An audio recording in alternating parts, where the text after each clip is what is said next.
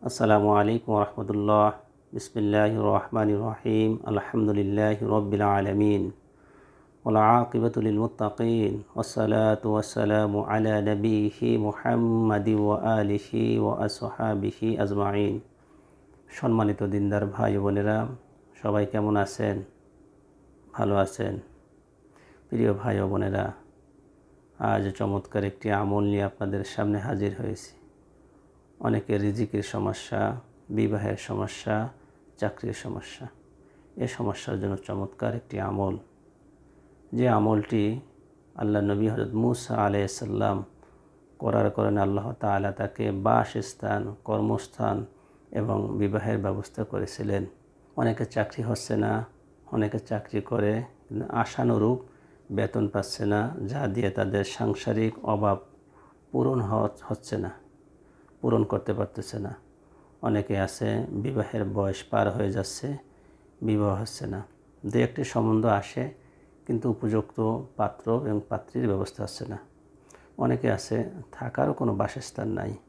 এ যাবতীয় সমস্যা থেকে পরিত্রাণ পাওয়ার জন্য আল্লাহ নবী এ আমলটি করেছেন এবং এ আমলের ফলে আল্লাহ তাআলা তাকে বাসস্থান এবং কর্মময় জীবন এবং বিবাহের ব্যবস্থা করেছিলেন। তা আমলটি কি? আমলটি কখন করতে হবে নির্দিষ্ট কোনো সময় নেই, আপনি সব সময় পড়তে পারেন, সমস্যা নেই। পবিত্র কোরআনের একটি বরকতময় আয়াতে কারিমা, সূরা কাসাসের 24 নম্বর আয়াত। রব্বি ইন্নী লিমা আনজালতা ইলাইয়া মিন খায়রিন ফাকির। রব্বি ইন্নী লিমা আনজালতা ইলাইয়া মিন খায়রিন ফাকির।